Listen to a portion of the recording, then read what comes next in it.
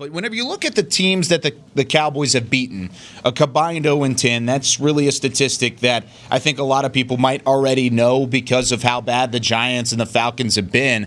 But you look at the teams they've lost to are a combined 13-2 right now. When you talk about the Browns, the Seahawks, and of course the season opener against the Los Angeles Rams. But then the Arizona Cardinals, who come in at 3-2, the teams that they have beaten are a combined 3-12. So, Isaiah, whenever you look at preparation from week to week in the NFL, the saying is, hey, it's our next opponent. It's going to be that same kind of mentality. But whenever you have a team that's coming in that, like Rob said, is somewhere in between a Falcons or a Giants and in between a Seahawks or a Browns, how does that change your week of preparation as a player?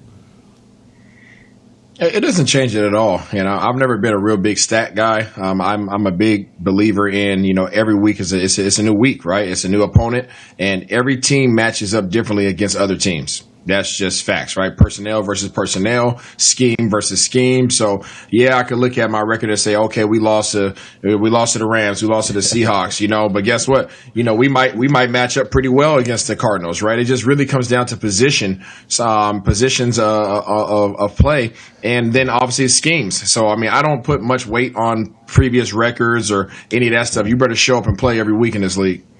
The only stat that doesn't ever seem to lie is the turnover battle, to your point. Absolutely. Isaiah. Yep.